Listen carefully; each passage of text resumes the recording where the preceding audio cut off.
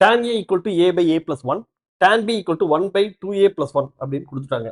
A plus B யோட value என்னங்கிறத find out பண்ண சொல்றாங்க. அப்ப tan of A plus B க்கு ஃபார்முலா என்ன? tan A plus tan B divided by 1 minus tan A tan B. அப்ப tan A இருக்கிறதுல A by A plus 1 substitute பண்ணலாம். tan B இருக்கிறதுல 1 by 2A plus 1 சப்ஸ்டிட் பண்ணலாம். Substitute பண்ணா பாருங்க A by A plus 1 plus of 1 by 2A plus 1 divided by 1 minus A by A plus 1 into 1 by 2A plus 1 வருது.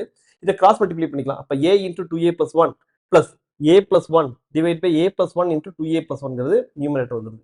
Denominator வந்து பாருங்க இது ரெண்டும் இங்க 1 ஓட மல்டிப்ளை பண்ணிக்கோங்க. A plus 1 into 2A plus 1 minus A divide by A plus 1 into 2A plus 1 denominator வந்துருச்சு. இப்போ இங்க இருக்கிற டினாமினேட்டர் இங்க இருக்கிற டினாமினேட்டர் கேன்சல் ஆயிடும். இப்போ நியூமரேட்டர்ல இருக்கிறது பாருங்க 2A square plus A plus A plus 1 அப்படிங்கிறது நியூமரேட்டர் வந்துருது.